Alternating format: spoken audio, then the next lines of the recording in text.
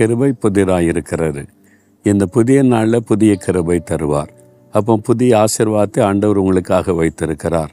ஏதோ ஒரு காரியத்தில் உங்களுக்கு ஒரு ஆசீர்வாதம் தேவை. அந்த ஆசீர்வாதத்தை இன்றைக்கி பெற்றுக்கொள்ள போகிறீங்க. ஆண்டு கொடுத்த வாக்குத்தத்த ஞாபகத்தில் இருக்குதில்ல, கேளுங்கள் கொடுக்கப்படும். நீங்கள் கேட்டால் அந்த ஆசீர்வாதத்தை பெற்றுக்கொள்வீங்க. தேடுனா ஆண்டவரை தரிசிப்பீங்க. தட்டுனா உங்களுக்காக திறக்கப்படும், வழிகள் திறக்கும், அற்புதங்களை காண்பீங்க. இதை நம்ம செய்தாதான் ஆண்டவர் நமக்கு அற்புதம் செய்து மகிழ பண்ண முடியும். அதனால் உங்களுக்கு என்ன அற்புதம் தேவையோ விசுவாசத்தோடு கேட்கணும். இப்போ ஆண்டவர் ஒரு வாக்கு கொடுக்குறார் பாருங்க. யோசுவா 3:5 கர்த்தர் உங்கள் நடுவிலே அற்புதங்களை செய்வார். கர்த்தர் உங்கள் நடுவிலே அற்புதம் செய்வார். உங்கள் குடும்பத்தில், உங்கள் வியாபாரத்தில், உங்களுடைய வேலையில், உங்களுடைய பிள்ளைகளுக்கு எடுத்த காரியத்தில் கர்த்தர் அற்புதம் செய்வார். ஏதோ ஒரு அற்புதம் தேவை இருக்குல்ல, அற்புதம் செய்வார். ஆனால் ஆண்டவர் கண்டிஷன் சொல்கிறார், உங்களை பரிசுத்தப்படுத்தி கொள்ளுங்கள், கர்த்தர் உங்களுக்கு அற்புதம் செய்வார்னு ஆண்டவர் சொல்கிறார். அப்போ ஆண்டவர் அற்புதம் செய்ய ஆயத்தமாக இருக்கிறார்.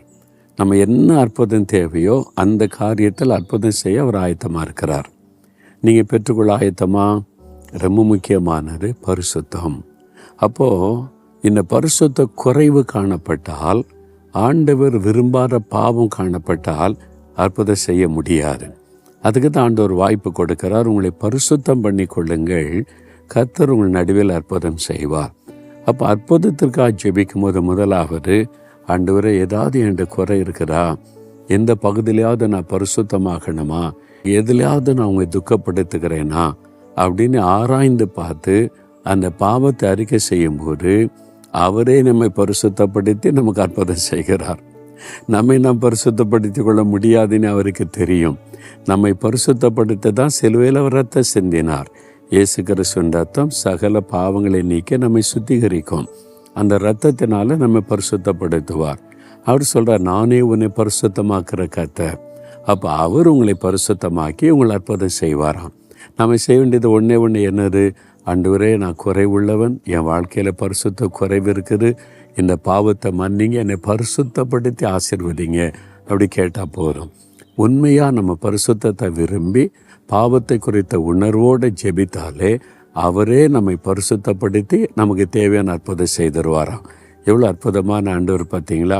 நீ முதல்ல போ, உன்னை பரிசுத்தப்படுத்திட்டு வா, அப்போ நான் அற்புதம் செய்கிறேன் அப்படி சொல்லலை.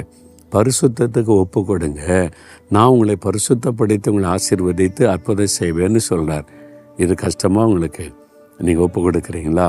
ஆண்டவரை பார்த்து சொல்லுங்கள், ஆண்டவரே என்னை பரிசுத்தப்படுத்துங்க, என் வாழ்க்கையில் பரிசுத்த குறைவு காணப்படுது, அதனால் தான் அற்புதத்தை பெற்றுக்கொள்ள முடியல, நான் கேட்டாலும் எனக்கு கிடைக்க மாட்டேங்குது, பதில் இல்லாமல் இருக்குது, இன்றைக்கி எனக்கு விளங்க பண்ணிட்டீங்க, என்னை ஒப்பு கொடுக்குறேன், என்னை நீங்கள் பரிசுத்தப்படுத்தி எனக்கு அற்புதம் செய்யுங்க அப்படி சொல்லுங்கள்.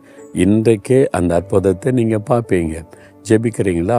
இயேசுவே, நீங்கள் தான் என்னை பரிசுத்தமாக்குகிற தேவன், என்னை நானே பரிசுத்தமாக்கி கொள்ள முடியலை, என் பாவத்தை ஒத்துக்கொள்ளுகிறேன், என் பரிசுத்த குறைவை அறிக்கையிடுகிறேன், தயவாக என்னை மன்னித்து என்னை பரிசுத்தப்படுத்தி எனக்கு இந்த காரியத்தில் அற்புதம் செய்யுங்க.